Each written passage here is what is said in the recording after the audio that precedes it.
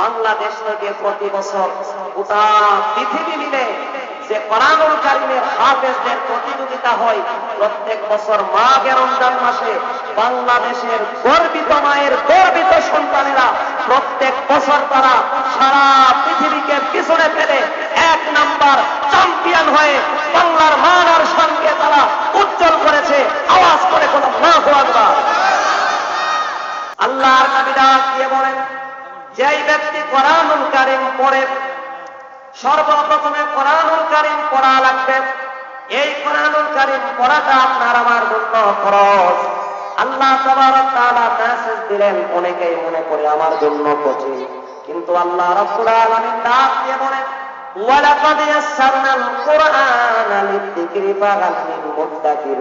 আমি কোরআনুল কারীম পড়ার জন্য, বোঝার জন্য, পাশাপাশি আমল করার জন্য একেবারে সমস্ত আমার গুনাহগার গোলাম আর নবীর উম্মতের জন্য একেবারে সহজ করে দিয়েছি।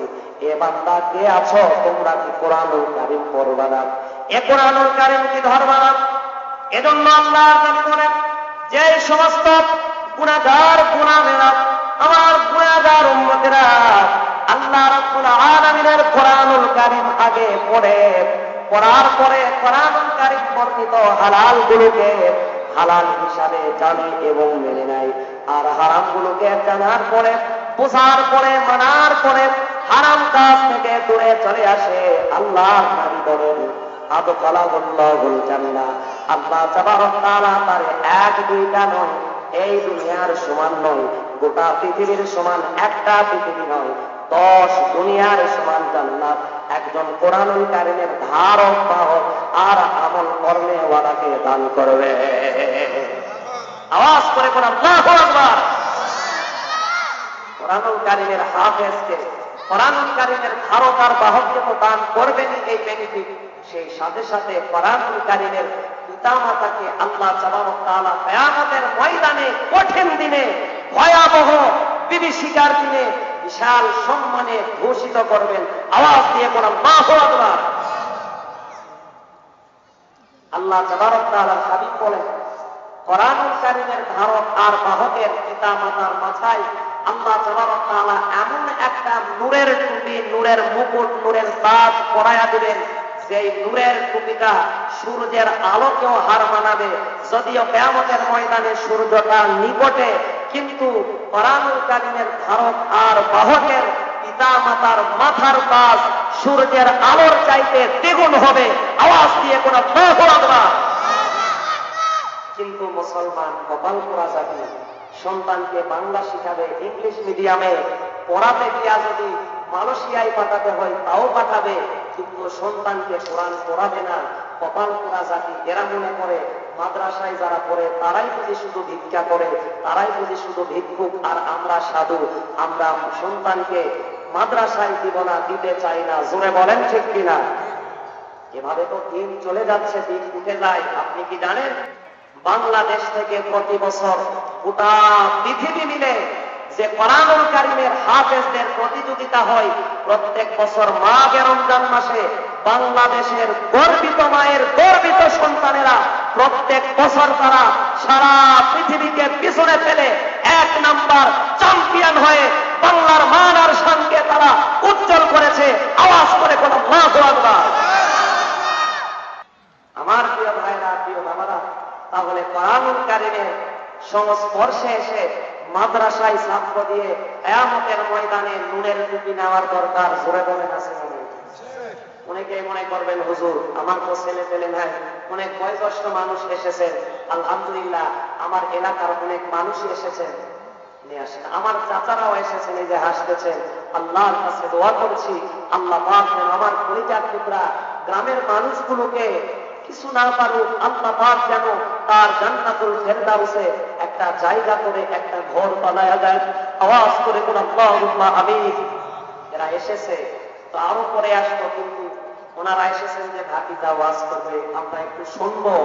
যাই করুক, স্টেজে তো ভাতিজা উঠেছে, স্টেজে উঠে তো ভাতিজা চেয়ারে বসেছে। আমরা ভাতিজার 2টা কথা শুনলে আমাদের কলিজাটা গর্বে ভরে যাবে, আর আমরা আনন্দিত হব।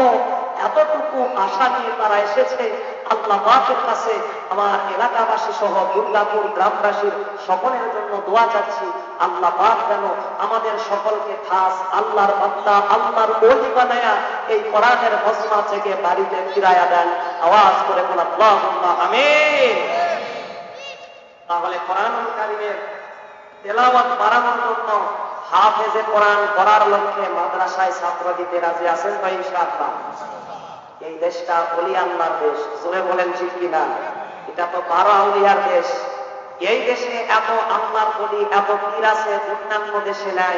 যেই দেশে এত আল্লাহর ওলি আছে, এই দেশে নাস্তিকদের জায়গা হতে পারে না, জোরে বলেন ঠিক কিনা? এই দেশে আজাদুরের মতো কুরআনদারের জায়গা থাকতে পারে না, আওয়াজ দিয়ে কথা বলেন ঠিক কিনা?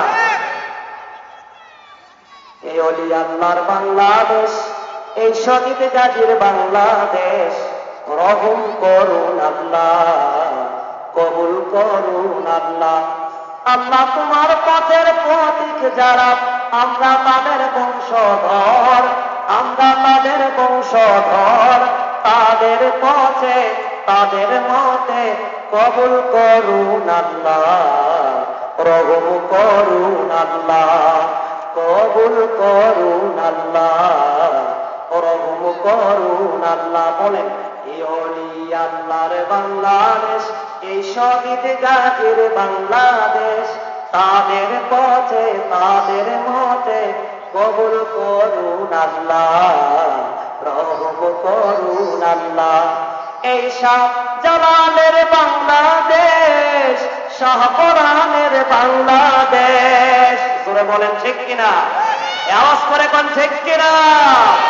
এই শাহ জালালের বাংলাদেশ, শাহ কোরআনের বাংলাদেশ, তাদের পথে তাদের মতে কবুল করুন আল্লাহ, রহম করুন আল্লাহ, কবুল করুন আল্লাহ, রহম করুন আল্লাহ। বলতে চাচ্ছে না, কারণ এখানে যে শ্রোতারা এসেছে এরা সবাই জানে ওলি আউলিয়াদের বাংলাদেশ আর নাই, এখন হয়েছে এই শেখ হাসিনার বাংলাদেশ আর খালেদা ম্যাডামের বাংলাদেশ।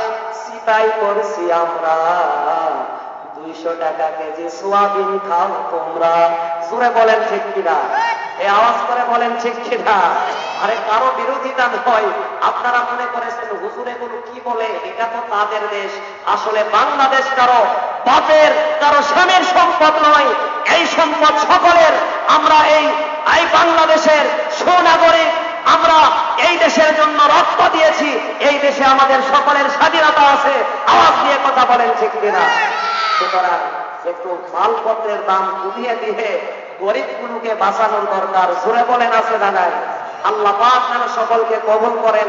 আওয়াজ করে বলেন আল্লাহুম্মা আমিন।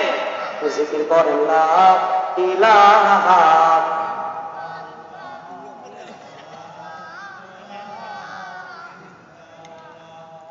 সুবহানাল্লাহ আলহামদুলিল্লাহ লা ইলাহা,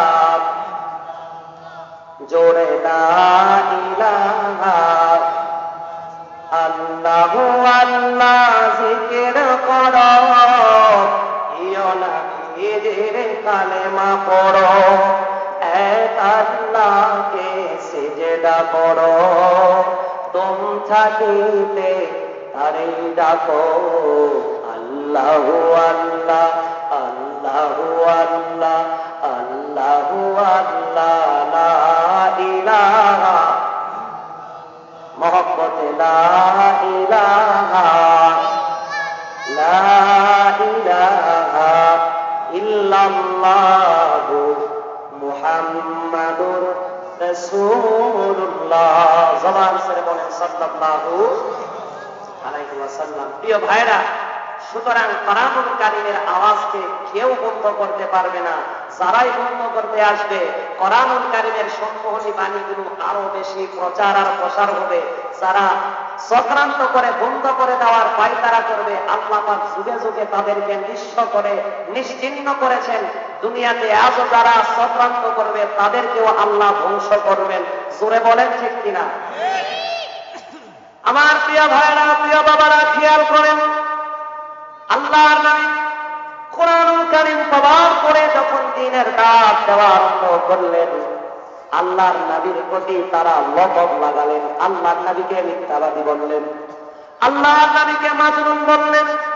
যেই নবীর গায়ে মুসা মাছি পড়া হারাম, যেই নবী সূর্যের আলোতে পথ চলতে গেলে সাহাবারা দেখতেন আল্লাহর নবীর মাথার উপর দিয়া এক মুন্ড মেঘমালা এসে ছায়া দিত, এমন মানুষ যার জিন্দেগিতে চুল পরিমাণ কোনো গুনাহ নাই,